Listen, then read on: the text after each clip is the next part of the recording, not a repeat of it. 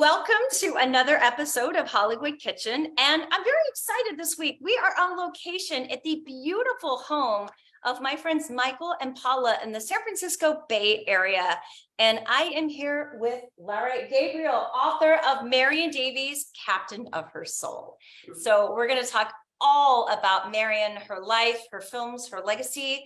We're going to make her peach shortcake Tampa, which has no shortcake. More on that coming up. And welcome everybody to Hollywood Kitchen. This is really going to be fun. I'm so excited. Yes, I'm excited too. I'm excited to have all of you guys join me today. Yes. So first, before we get started, if someone is absolutely new to Marion and they're not coming in knowing any of the preconceived notions, they're a clean slate, what would you tell them they need to know about Marion?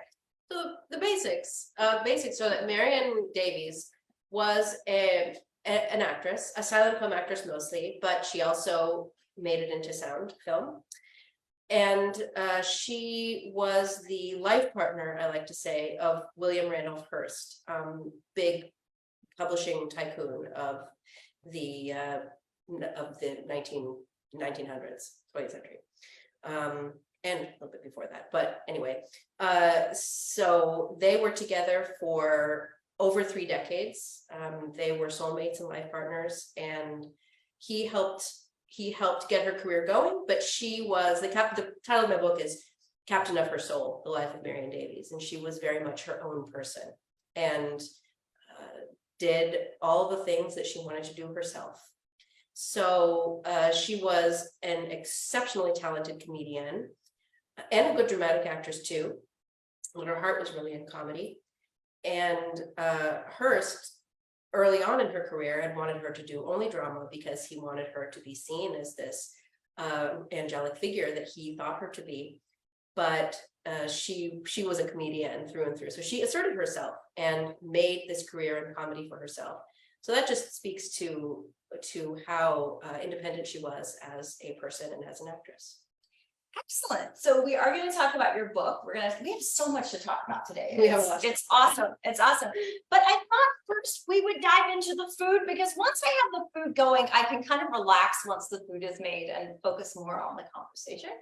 Now, I did find several recipes for Marion, including Welsh rarebit, cheese patties, meadow cheesecake.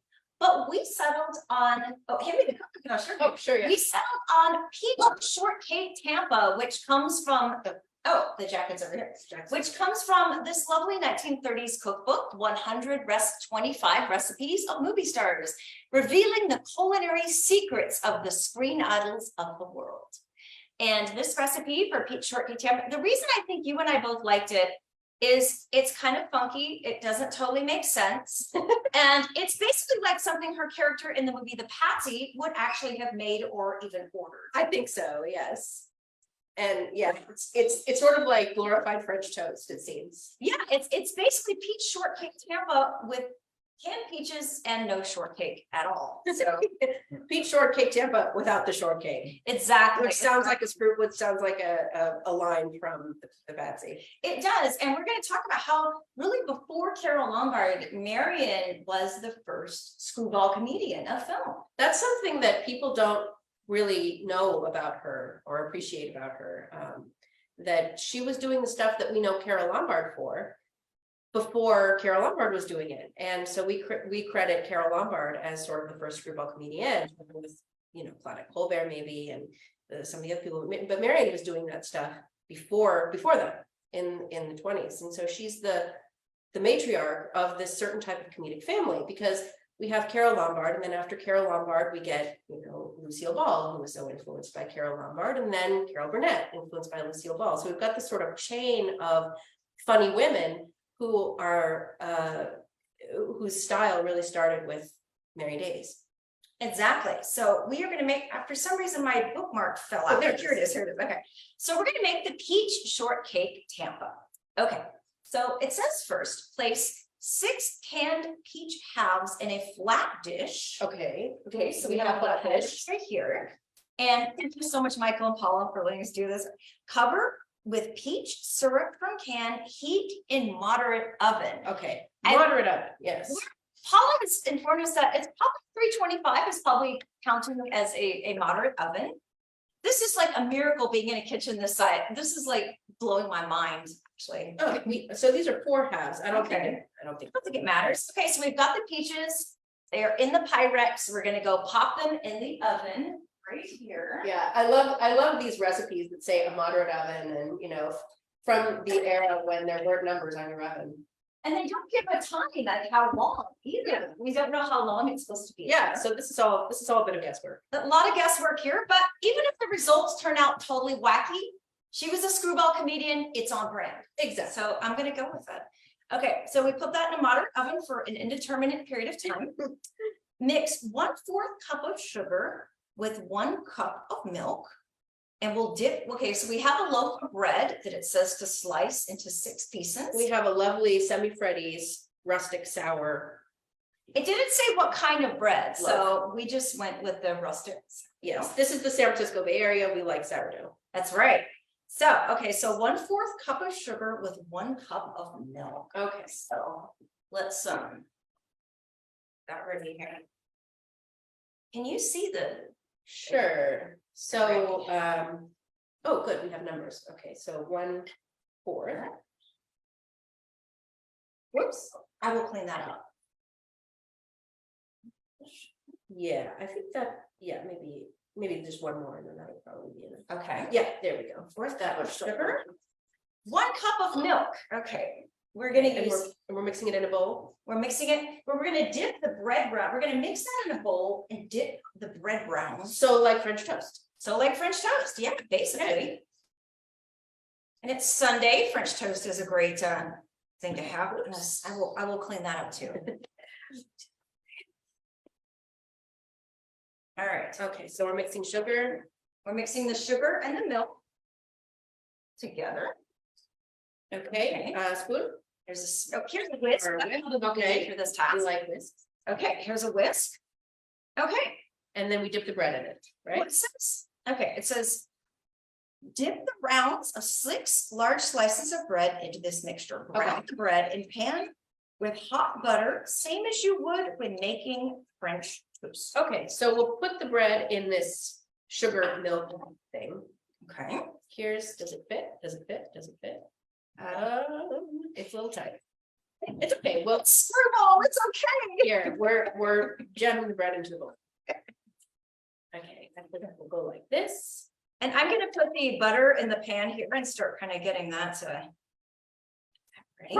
Okay, and then we'll flip it over like we would French toast.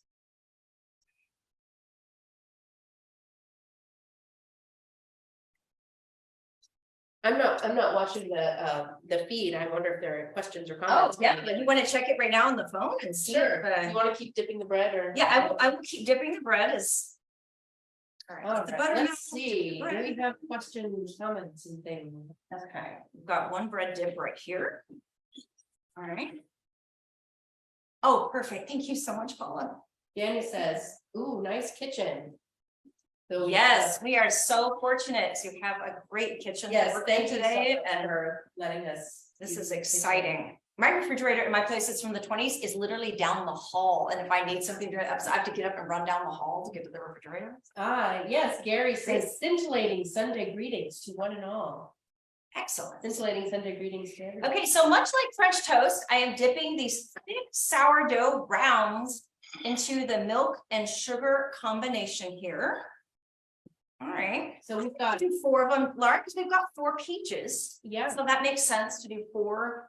And then these bread we got, the sourdough we got is pretty thick, so it's doing a really good job of soaking up the milk and sugar mixture. so we have Monique watching, we have Leslie watching, we have Lisa watching.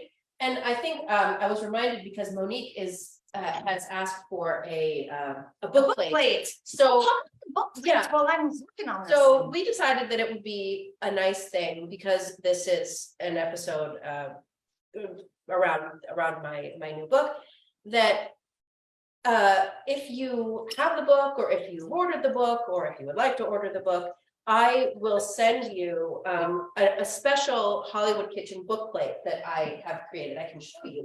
Yeah, you can walk it right up to the camera. Yeah. So These are the book plates. So if you would like one of these, I am very happy to send you one to put inside the cover of your book. And I'm gonna try to now start these in the pan, Laura, and see if how brown we can get these, like it says in the. Yeah. Yeah, so what you do with the book plates is you just put them inside the front cover of the book, and it's sort of a memento of your time watching Hollywood Kitchen. Yay!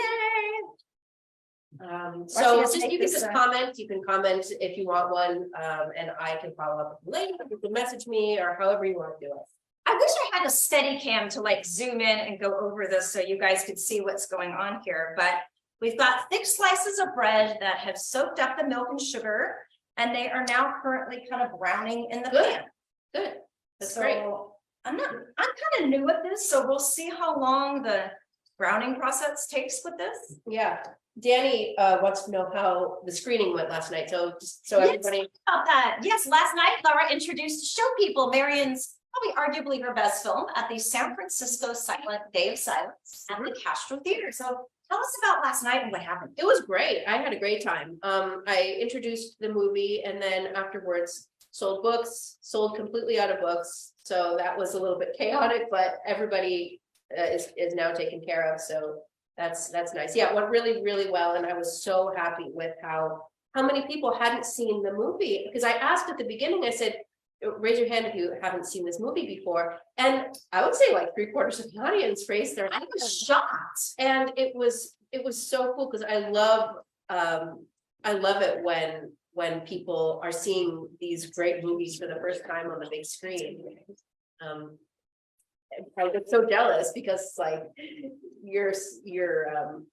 you're getting to see these movies the way that they were meant to be seen. The best possible way, with the Alto Motion Picture Orchestra live, historic venue. Yes, exactly. And the audience laughed so hard. They cheered. It was a great. They laughed at all the right spots and all that. Is there what can I do to help here? I feel like I'm just standing here. You can check and see how the grounding process is going, and I'm Sure, and maybe check on the peaches. Yeah, okay. But yes, it went very well. Thank you, Danny. I was very happy with it.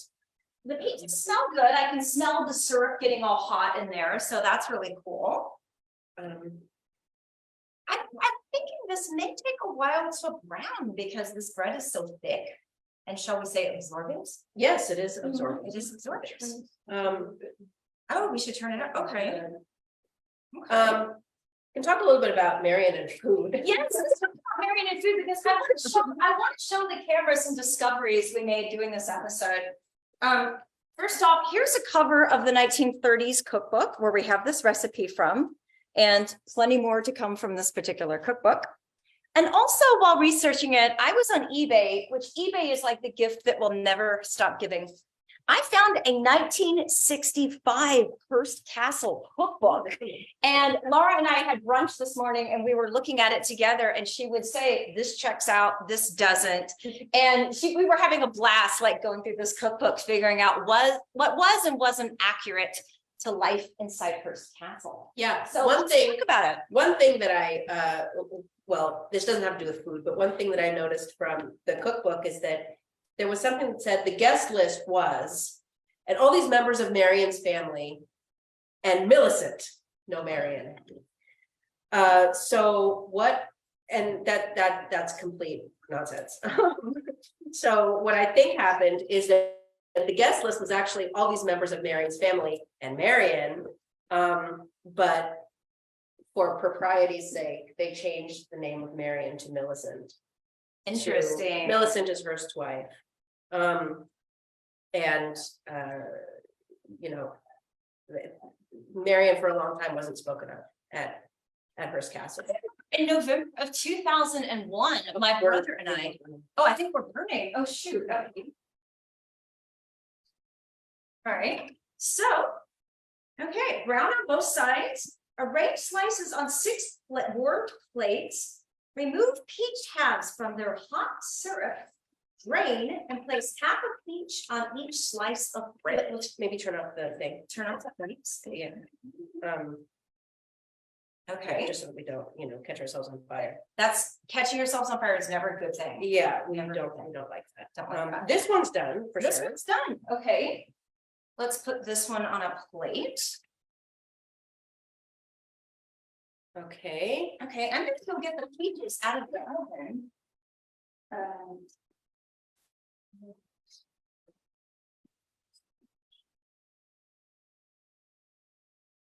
Well, the good news is the peaches have not burned, which is always super positive.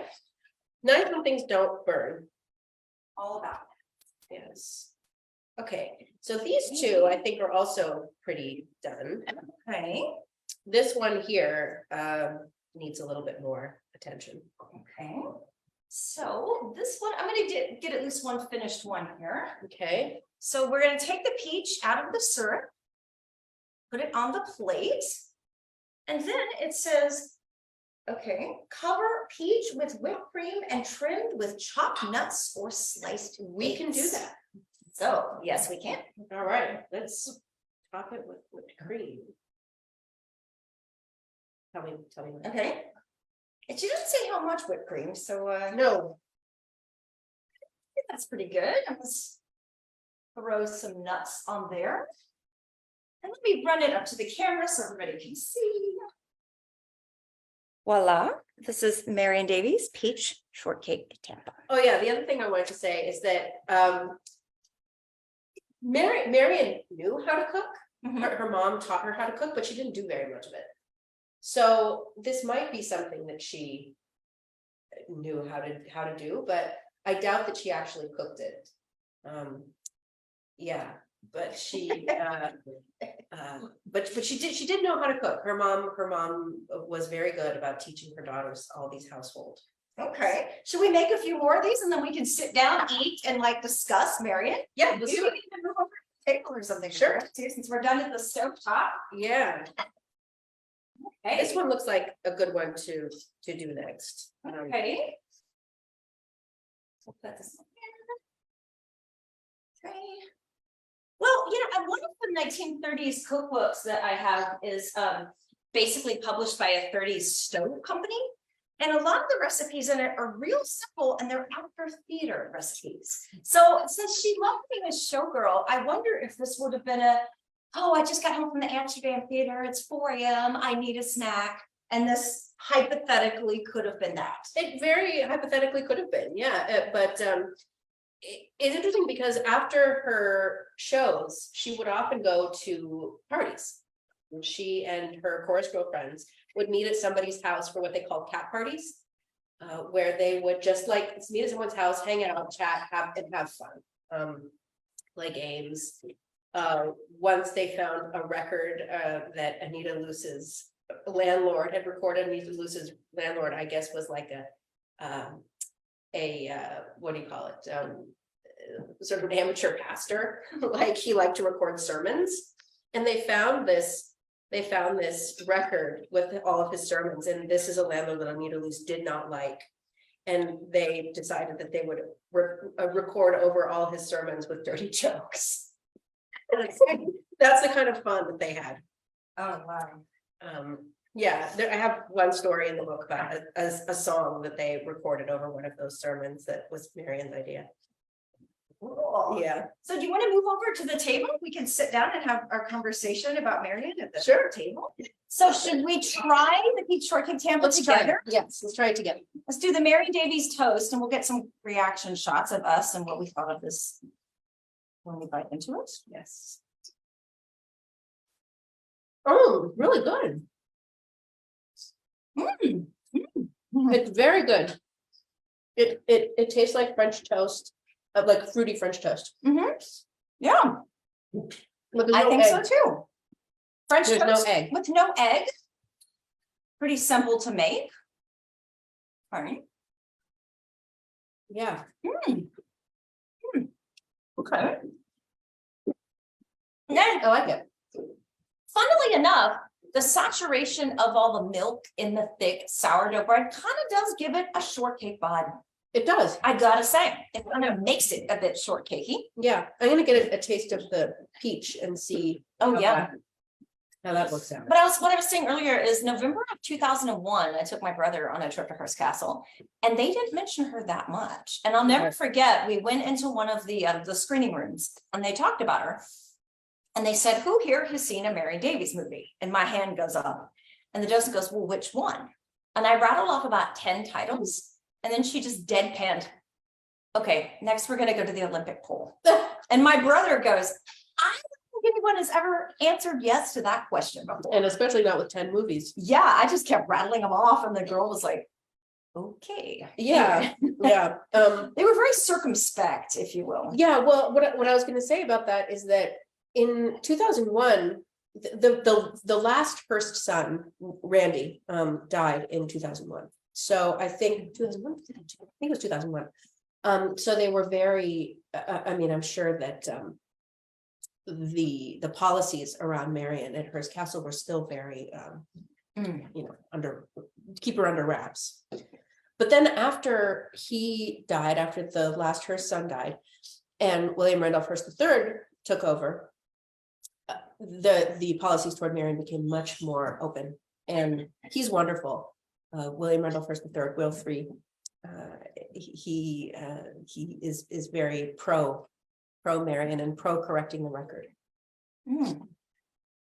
This honestly, I gotta say, has exceeded my expectations. It's very good. It's very good. I am pleasantly surprised because I wasn't totally sure. Okay, so how did you first encounter Marion Davies? Like, what was your first exposure to her? I think that my first exposure to her was at the age of about 13, when I read The Times We Had. I knew that she existed. I hadn't seen any of her movies, but I read this book, The Times We Had. I got it as a birthday present. And I found her extremely interesting. And fast forward a number of years, I saw a few of her movies. And I had written this blog at Backlots. And I realized how much I loved the research and the writing process. And I started thinking about doing something bigger. And Marion Davies was the first name that came to mind. I couldn't think of anybody who was more interesting than Marion Davies. So I started on it, and that was 9 years ago. And it's been an absolute joy at every moment. Well, I'm so grateful that you did this because when I was a kid growing up, I would try to read about film history in books and magazines and whatever was available, you know, at the time. And this is before the internet. And what I would often come across is, oh, she had no talent. She wouldn't have been anything without Hearst. And I admittedly early on thought, okay, then zero interest. And I just moved along to other things. But then when I first moved to LA, I moved to LA in 2000. Around 2001 or so, The Cat's Meow came out. We'll talk about that later. But when it came out, they did a whole Marion Davies retrospective at the Egyptian Theater. And they showed Show People, Patsy, Peg in My Heart. They showed a bunch of her movies. And that's where I first met Carrie Beecham. And I went to the screening and I was like, I have been lied to. She is amazing. I almost wanted to just apologize to her because I had just bought the line I'd been fed of, oh, no talent, whatever, don't bother. And then when I saw these movies, I thought, clearly the people who wrote that never saw her films because there is no way that is accurate. And I was just absolutely stunned. It was a revelation to see how fast, how funny, how charming she was. I fell in love with her. So I have been a fan from then on. Yeah. I'm eating, so I can't really talk. That's okay. But no, I just fell in love with her. I got to see them with live music in the Egyptian on the big screen, the way it was meant to be. And it just sealed the deal. And yeah, she has been very unfairly maligned by a lot of different things. By Citizen Kane, that's probably the primary motivating factor. And also, I would say The Cat's Meow. I mean, The Cat's Meow it presents her in a way that is not accurate in many ways. Although I have to say, I presented The Cat's Meow the other day at the Mechanics Institute Library. And when I reviewed it for the presentation, I was surprised because what I remembered from watching it the first time around was that Kirsten Dunst did this really awful, horrible job doing Marion Davies. And when I watched it again, I saw some of her facial expressions, like some of Kirsten Dunst's facial expressions were quite like Marion's when she was at rest, when she was sort of at play, which made me happy, that it wasn't a complete disaster. But that said, nobody on screen has ever done Marion Davies justice. I don't blame the actresses. I blame the scripts and the fact that the information hasn't been out there, or that people don't really care about the information. And so the actresses are sort of just, they have to do what they're told. So it's been rough out there for. And we were talking too over breakfast this morning about how a lot of times people don't want a nuanced portrayal that's rich and complicated. They kind of want the one-dimensional, scandalous, if you will, lowest hanging fruit to pick. Yeah. Which I think would explain RKO 281, which would explain the cat's meow. It's just, they don't paint her with a lot of complexity. Right. And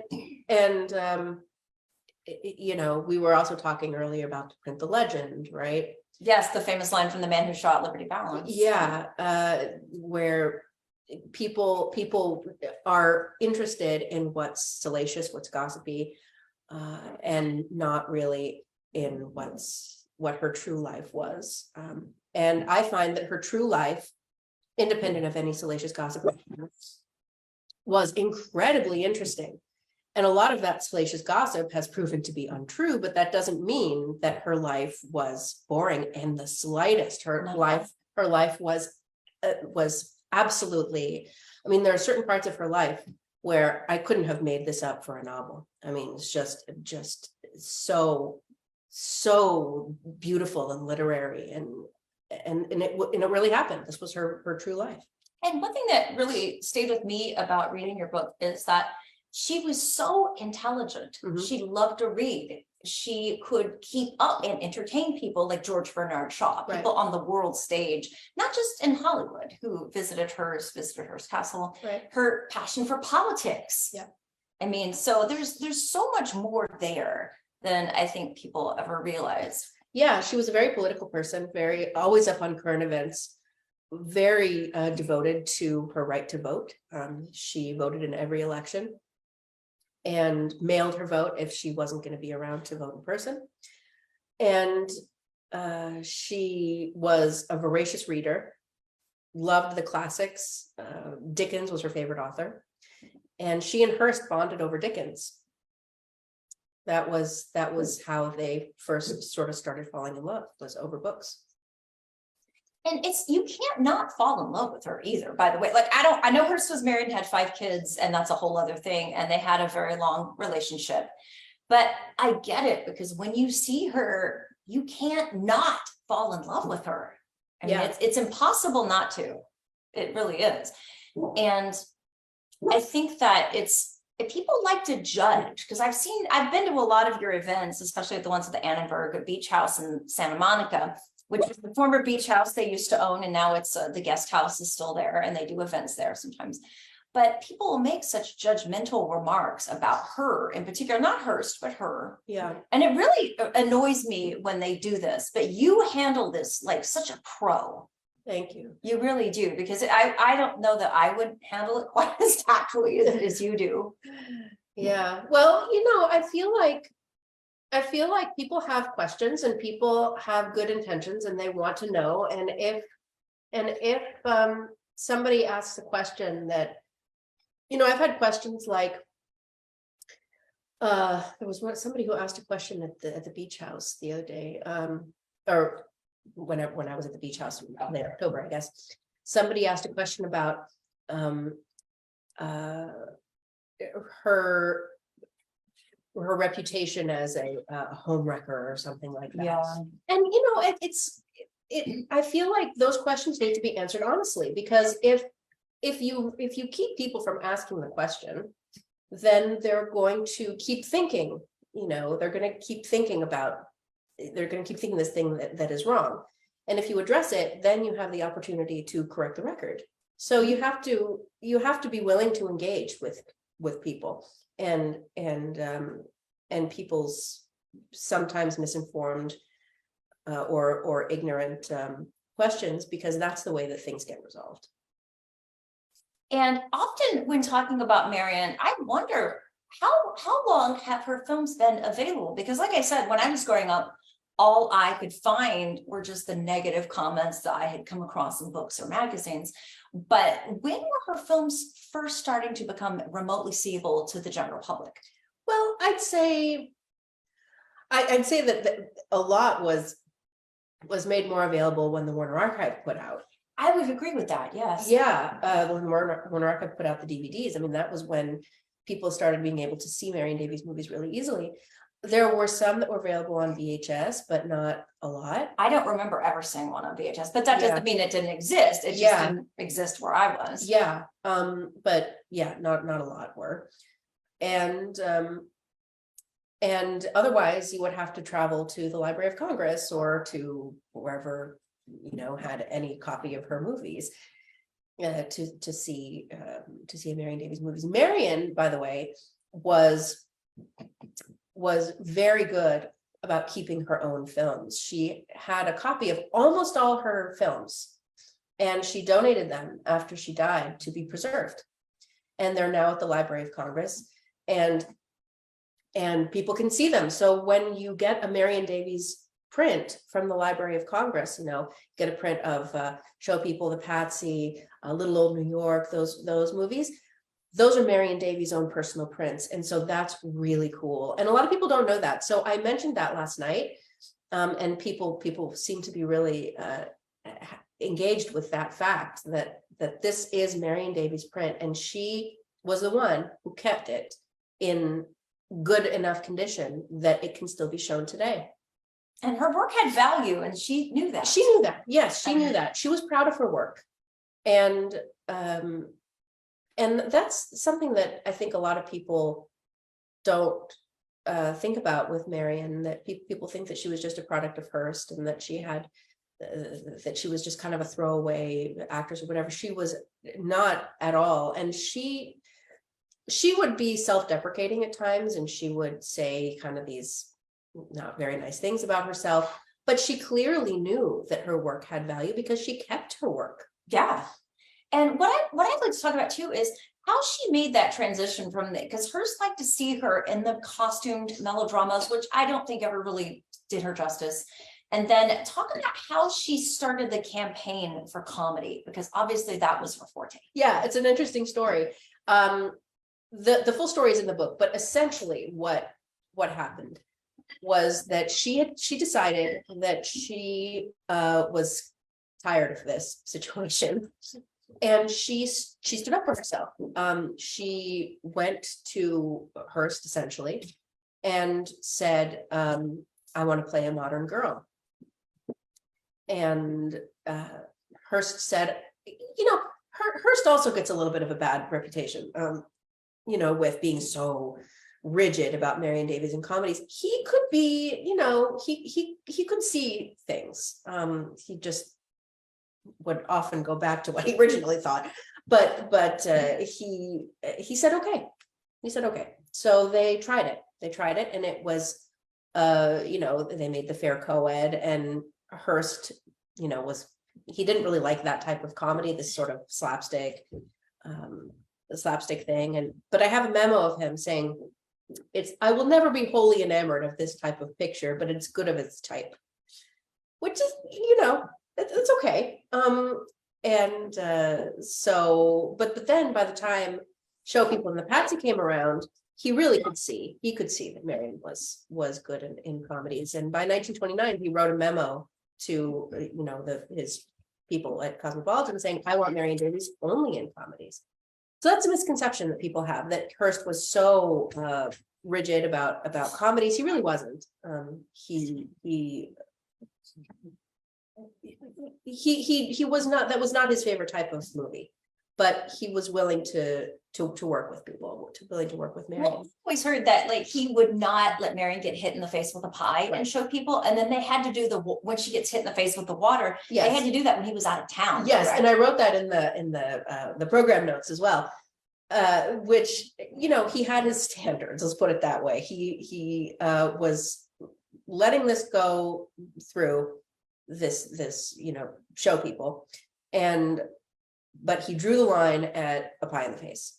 But Marion was like really excited to have a pie in the face. She was like, this sounds like so much fun. But Hearst didn't want it, and so they devised this scheme to get Hearst off the set, and they, out of respect for him, they used water instead of a pie, which Hearst, you know, to his credit, he let it go through. So, you know, but she got to throw a lot of pies, and she's really good at it. She's really good. Yeah, she loves to hurl a pie. Marion. Okay, so here's the thing. Marion was an athlete. Like she, baseball wasn't her sport. Basketball was her sport, but she was very, very inclined to athletics, and so I'm not surprised that she could hurl that pie, because that's what she did. Well, one thing also that you talked about last night too was her famous gift for mimicry. Yeah. Because apparently in Show People, she's kind of making fun of Gloria Swanson. Right. And Gloria, as Kevin Brownlow has said, didn't have a sense of humor about herself. She took herself very seriously. Yes. And when Marion does this thing in the Show People where she kind of, I can't even begin to do it myself. It's like where she wrinkles up her lip in this brilliant fashion, which I can never do. And she looks just like Gloria Swanson. It's so funny. Oh my gosh, it is hilarious. And I love the Patsy where she does Lillian Gish, she does Pola Negri, she does Mae Murray. And she just lets loose in that movie. Yeah.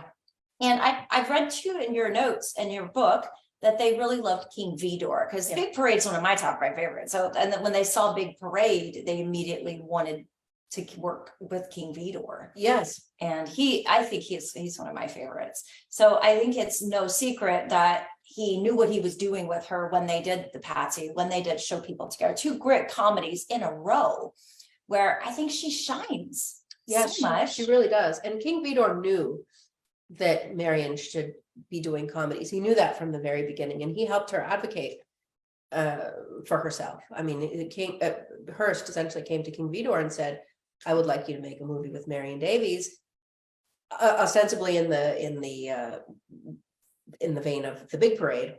And King Vidor said, I will only do this if it's a comedy.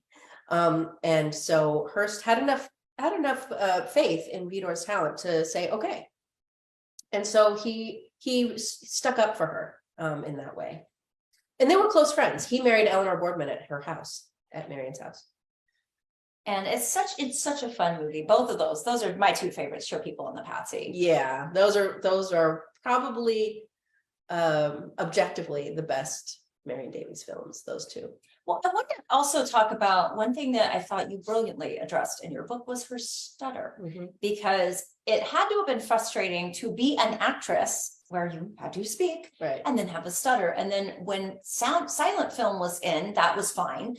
But talk about how she managed the stutter when sound came along. Yeah, she was really, really frightened of the coming of sound. She felt that this meant the end of her career, that she would never be able to make this transition. Interestingly, so I did a lot of research on stuttering as a condition when researching this book, because it was such a huge part of Marion's life. It affected really everything she did. And I feel like people don't really, and when people do talk about it, they kind of brush it off, and you can't do that. She was with this, and it was bad. I mean, for her entire life. And so she felt like she would not be able to make the transition. She felt that if she were to retire after, at the coming of sound, that she could do it, that she had enough money to live, and it wouldn't be a problem. But she had a contract as well. Her contract was still active, and so she felt that she needed to continue. This is something, she was a working actress, she had to deal with all of that stuff. And she knew that Hearst wanted her to continue. So that was another factor. So she worked very, very hard. They got coaches to come in and help her.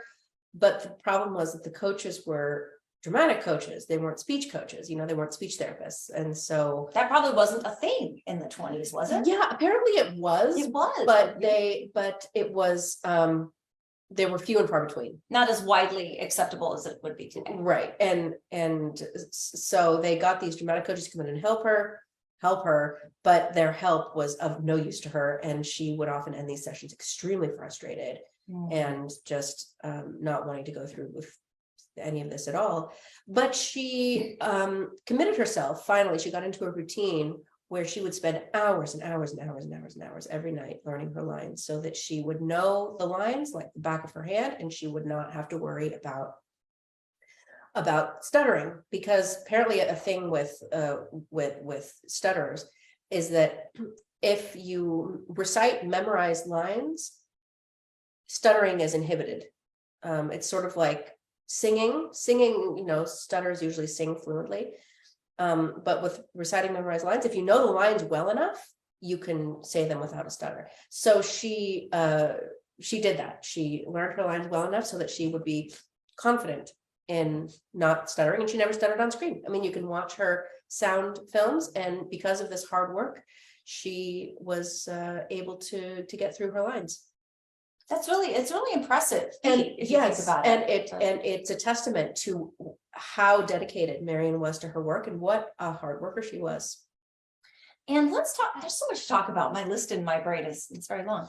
I'd like to talk about her generosity, because that's one thing that's always touched me. I mean, yes, she lived in splendor, to put it very mildly, but it didn't seem to be something that she had to have, or something that she really at the end of the day cared about. I've heard so many stories throughout the years of her seeing a little boy selling newspapers on a corner during the Depression and asked him what he was doing, and saw to it he got lifetime employment with MGM. Yeah, that's Carl Roop. So you want to talk about that story? Yes, tell us about that story. It's about the story. So there was a little boy who sold newspapers outside the MGM gate. His name was Carl Roop. And Marion, of course, had newspapers for free through the Hearst Corporation. I should think so. Yes, but she liked this little kid so much that she would buy papers from him just to give him a little bit of money. And then one day when they were casting the Red Mill and they needed kids for the Red Mill, Marion went up to this little boy and said, "How'd you like to be in a movie?" And he got all excited. So she brought him to the lot, and he gained a little bit of a reputation, positive reputation, for having been handpicked by Marion Davies to be in this movie, The Red Mill. So he's one of the kids in The Red Mill. And they remained buddies, through the years. And one day Marion asked him, what's your dream? Like, what would you like to do with your life? And he said, well, first I would like to go to the Pacific Military Institute, the new school that had opened up in LA, this military school. That was what Carl Roop wanted to do. His parents were not able to send him there. They couldn't afford it. But Marion, after having asked him this, she, with his parents' permission, paid for 4 years of his entire 4 years of his tuition at that school. And he graduated from there and ended up going into the military. And then he came back to the film industry afterward and became a cameraman, a very respected cameraman on the Patty Duke Show, on Trapper John MD. Anyway, so Marion put him through school. And talk to us also about the Marion Davies Children's Hospital. Because again, this is another side of her that I don't think a lot of people realize, is how charitable she was.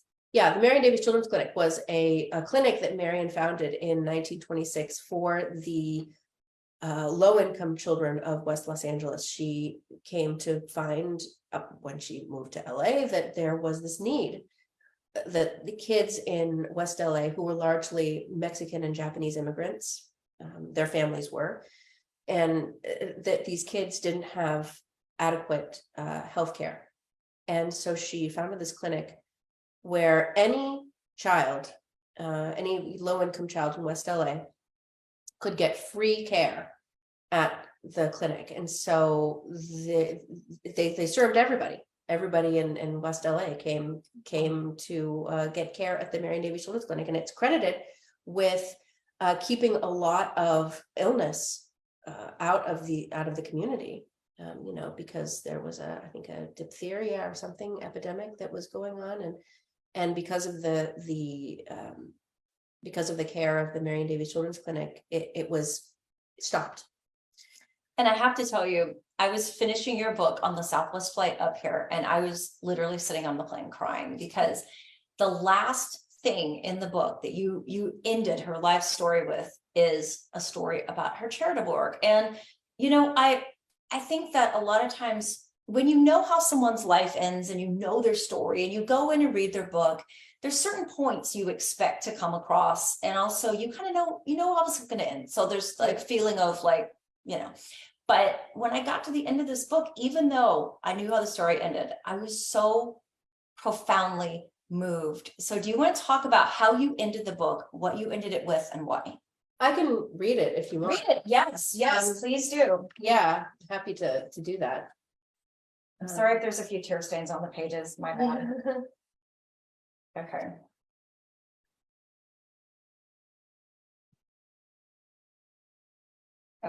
Okay, I'll just start here.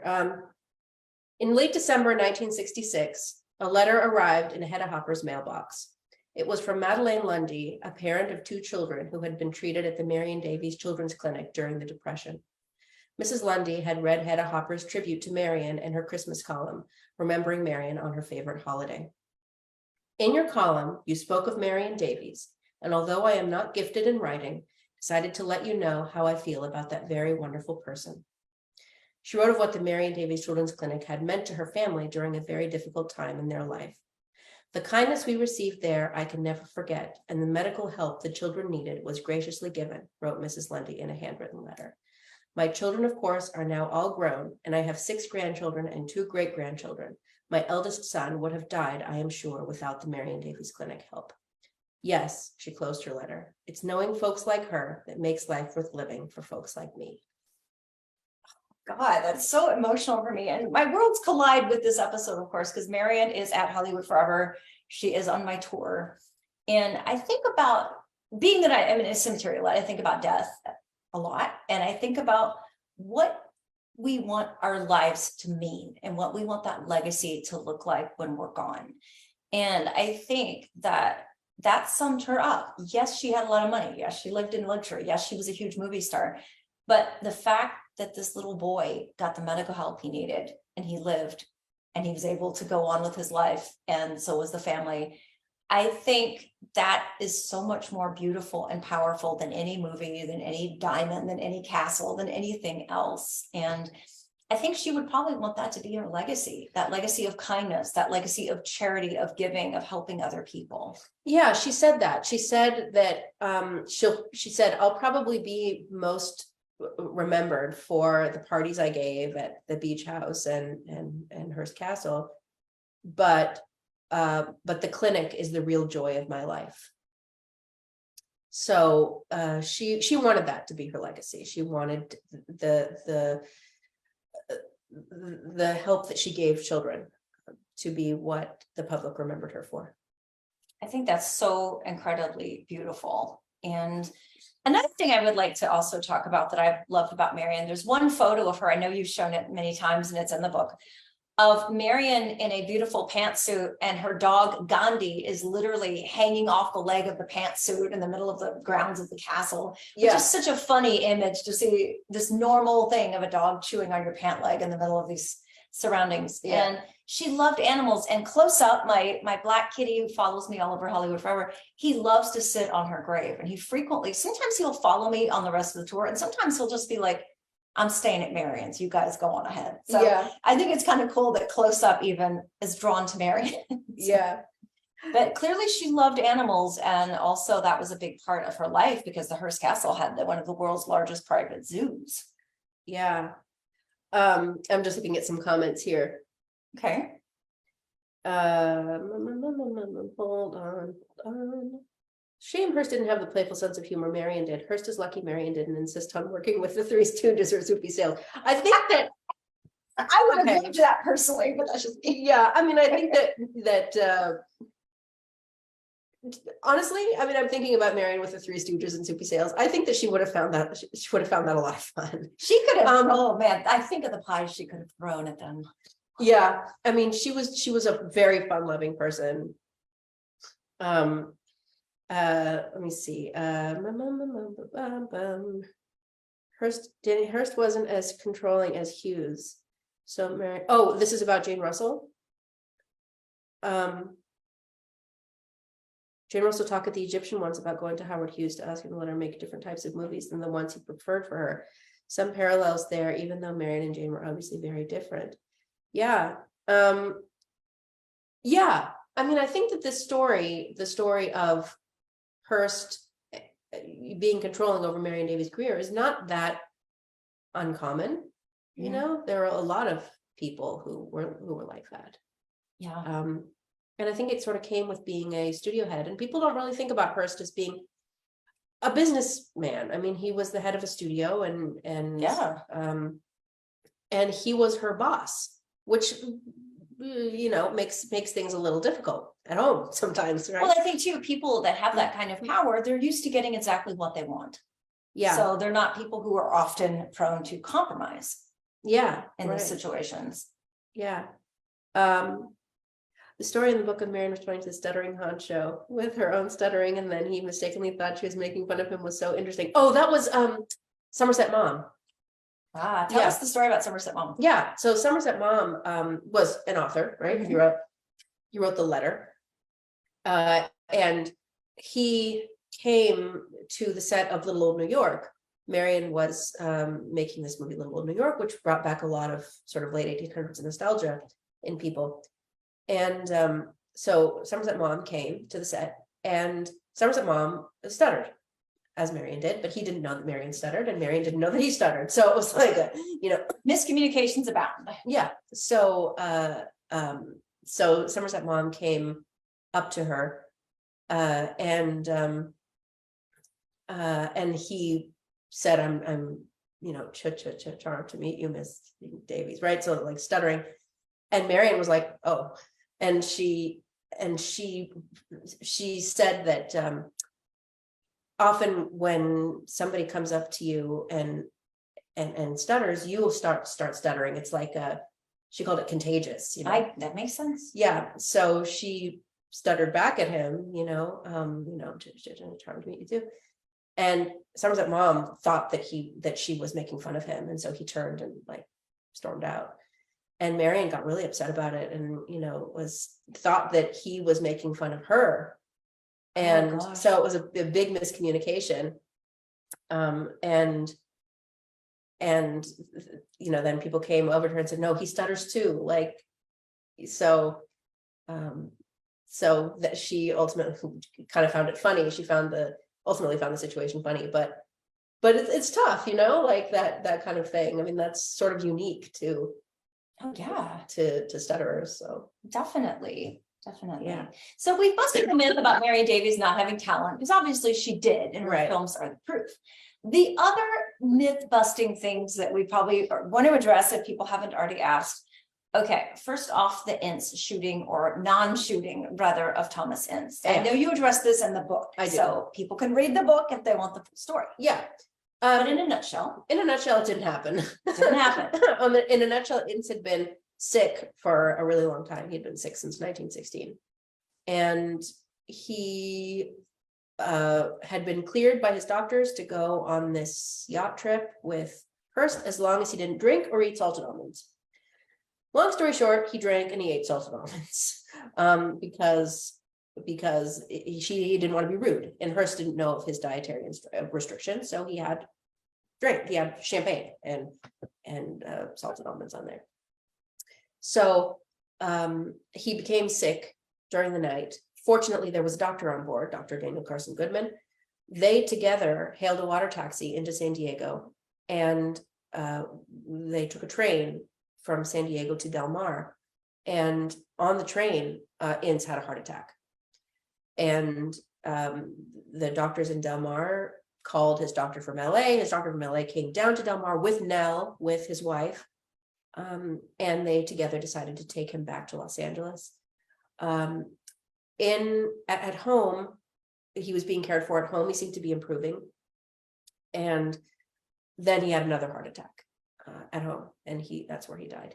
He died in his bed at home. So how did the gossip, how did the rumors, for people that are probably wanting to know? Yeah, I mean, it's when there's no talk about it, people make up their own stuff. Yeah. But there was a headline in the paper on December 10th that said that there was going to be an investigation into Ince's death. But the thing was that the investigation was, if you look in the papers, if you look in the look at these articles that were written on December 10th, the investigation was about the alcohol. The investigation wasn't about anything else. This was Prohibition, we have to remember, right? Yeah. This is Prohibition. So if Hearst were to be associated with alcohol, that would be a really, really big problem. And Ince said before his death, that he on the boat had drunk considerable liquor. So that was what launched the investigation. And so people were like, "Ooh, an investigation," and then they started making up their own stuff. So I always have explained it. It's like that game Telephone when you were kids. If you have like 10 people in a row and you tell them a word, the time the word reaches that 10th person, it bears no resemblance to the original word. Yeah, it kind of seems to me like it was a Hollywood style game of telephone. Yeah, essentially. Somebody says, is there a holy grail of Marion Davies films that you've never seen but would like to, or that you would wish would be likely to be available to film viewers? I have seen all of Marion Davies' extant films. So all of the movies that are not lost, I've seen. But unfortunately for us, there are lots that are lost.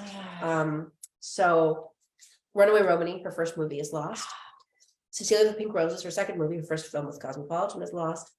The Sin of Murder is lost. The Dark Star. Anyway, so there's just a lot, and it's from her early career. Pretty much everything from 1922 on is around, thanks in no small part to our friend here, who saved her movies. Yeah.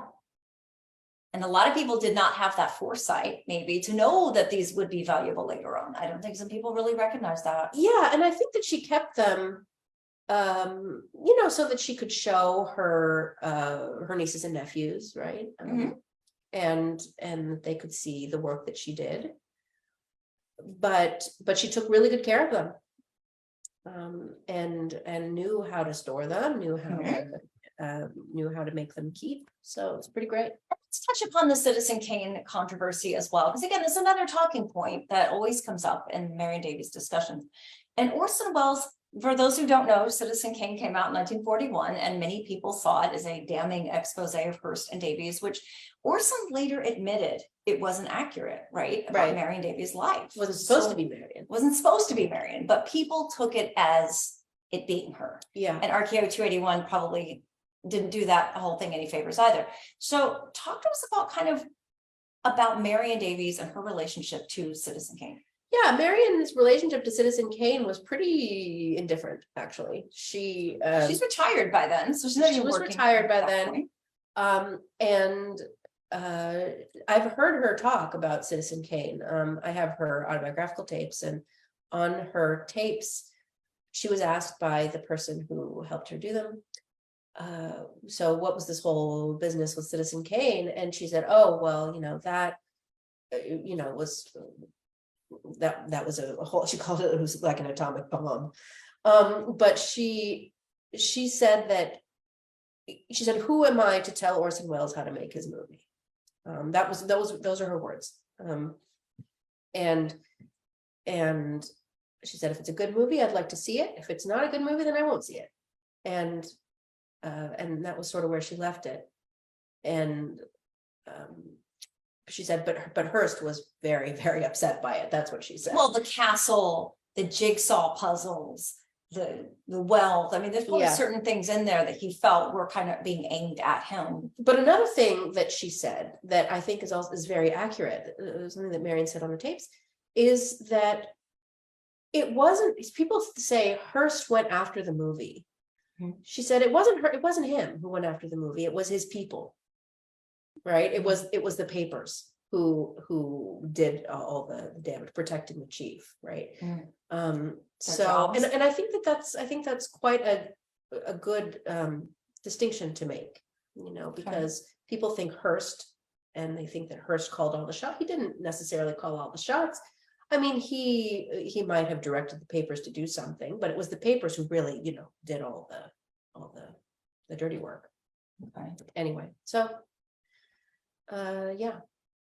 And I have to admit, I used to believe in the myth of the illegitimate daughter. The reason is, when I first started the cemetery tour, I had seen side-by-side pictures of Hearst Davies and the niece. And I was like, God, they all three look alike. And I had been told that the family said she was the daughter. Right. So I thought, well, if the family says so, it must be true, which I found out, and I admit that I'm wrong. I found out I was wrong. So tell us kind of briefly about that, because I'm sure that question comes up a lot too. Yeah, that question does come up a lot. Essentially, it's not true. There's a persistent rumor that Marion had an illegitimate child with Hearst, and that child was raised as her niece by her sister Rose, right? But we know when Patricia was born. Her niece's name is Patricia.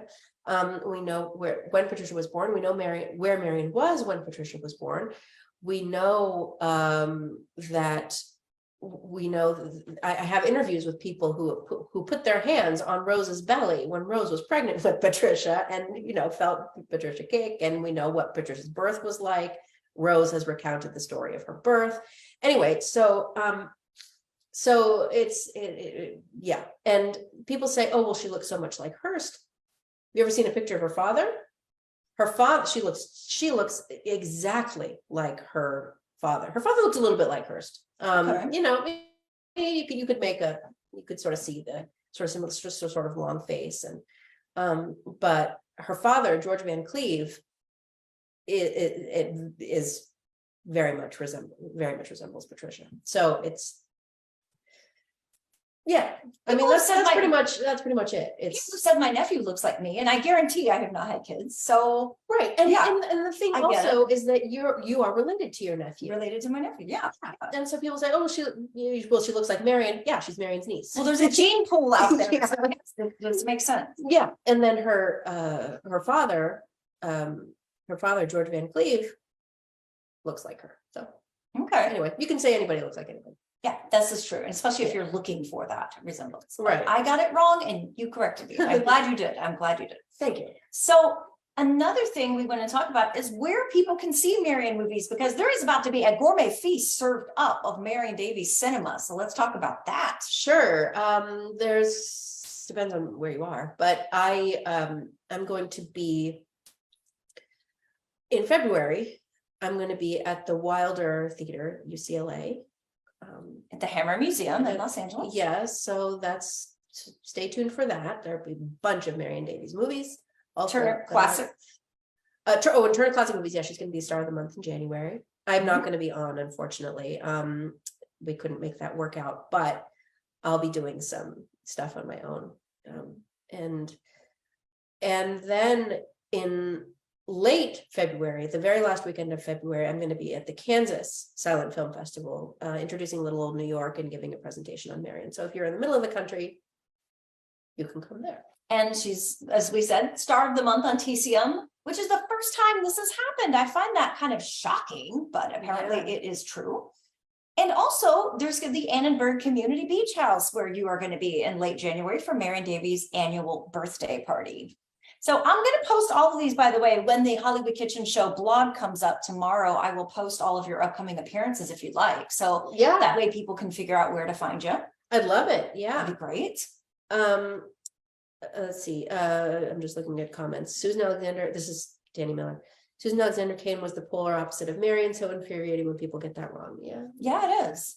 Yeah. And then Leslie Apple says, any thoughts on Luella? Oh boy, have I got thoughts on Luella. It was sad but not surprising to read that Luella Parsons dumped Marion as a friend after Hearst's death. She owed her start the gossip columnist to Marion. Yeah, exactly. Yeah. So Luella,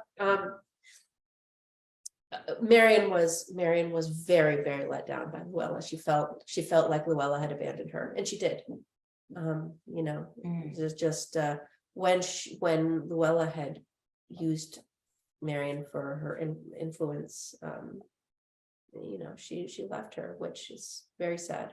She knew from the beginning, she knew what side, what's the phrase? What side of the bread, what side of the bread was buttered on. Yeah. Yes. Yeah. Yes. So, you know, I think that's who Luella was. And Luella Parsons actually is the godmother of Marion's great niece, Marion Rose. And she says to this day that Luella was not a terribly good godmother. But surprise. I believe it. So any final thoughts on if you are available to visit Hearst Castle? I definitely recommend that. It's a fascinating place with so much Hollywood history there. Yeah. And if you can get to Los Angeles or you happen to live there or visit the Annenberg Community Beach House, I always talk about that on the cemetery tour and nobody has ever heard of it. And I always joke, this must be like one of the better kept secrets in LA because it seems so under the radar, but the guest house tours are free. Yes. The pool is $10 with a reservation to swim in. And it's that Julia Morgan architect pool with the beautiful tiles from the 20s. Yeah. Right on the beach. And it's just such a beautiful resource that I think a lot of people aren't aware of. So I will post a link definitely on the Hollywood Kitchen site. And any final thoughts on Marion? Any final questions? Well, you know, we were talking earlier that the title of my book is Captain of Her Soul, right? Let's show the book. Yes. And so what I like to say about Marion is that despite the idea that Marion was supported by Hearst and did everything Hearst wanted and all that, she made all her own decisions. She was her own woman, and lived her life her way. And that's what I would like people to take away from the book, is that Marion belonged to herself. She belonged to no one else. Yeah. All right. I think there was another question. I saw something. Okay. Rather flabbergasted that Marion Davies has never been the star of the month of TCM before. Right? Isn't that shocking? Yeah. And she has gotten a day on TCM Summer Under the Stars, but yeah, she's never had a full month just to her. Yeah. So this is a long time coming, I would say. I'd say so. Jim McLaughlin asks, did Hearst die in LA? Yes, he died at home in Beverly Hills. At their home that at that point was 1007 North Beverly Drive, which is now 1011 North Beverly Drive. Yeah, house that Marion bought for them to share. That's another kind of interesting aspect of their relationship, that they really made an effort to live together legally. Live together legally as far as they could. Like, they found these kind of loopholes to live together without Being married. Right. Like, they shared the beach house. You know, it belonged to Hearst on, it belonged to Marion on paper, and Hearst leased it at $2,500 a month. And so it was both of theirs, right? So it's very clever that they figured out this way to live together without living together on paper. And same thing with the house in LA, in Beverly Hills. It was, Marion bought it, and then Hearst bought it from her and then gave it to her as a gift. So it belonged to both of them. Is really amazing. Yeah, it certainly is. Yeah, the way that they figured out how to do that. Definitely. Yeah. They shared a life. Yeah. Yeah. Very much so. Yeah. Any So, further yeah. questions from anybody? Anybody? And if your question yeah. pops up after we log off, Laura would be more than happy to log back into Facebook and answer your questions here. Sure. Wait, no, not the newspaper office. No, he didn't die at the newspaper office. He was at home. It was overwhelming at times to read how complicated Marion's life was and how diplomatic and shrewd she had to be in order to navigate through her world. Yeah, that's very, very good point. All right. Yeah. Well, Laura, this has been absolutely a joy to do this with you. Yes, this has been great. Thank you for doing this. I'm so happy to finally do it because I feel like as your friend, I've kind of had a front row to the entire 9 years you have been researching this. Yeah. And you've worked so hard to bring this story to light of this incredible woman that the world has really not recognized as they should. So thank you. I mean, it's been a joy to work with her. I mean, it's just, you have to, as a biographer, you have to be with your subjects 24/7. And I can't imagine a better person to be with 24/7. I lucked out so much with Marion as my subject. She's a delight. I would agree. So guys, thank you so much for watching. Thank you. And we're going to do more stuff together because Laura and I have worked on many episodes together and there's many more to come. And please keep tuning in for more food, fun, and Hollywood. More food, fun, and film history. And by the way, I do have a Patreon, so if anyone wants to contribute to that, all proceeds help offset the grocery costs. And again, thank you for watching. Thank you for supporting. And again, we'll see you again very soon. See you very soon.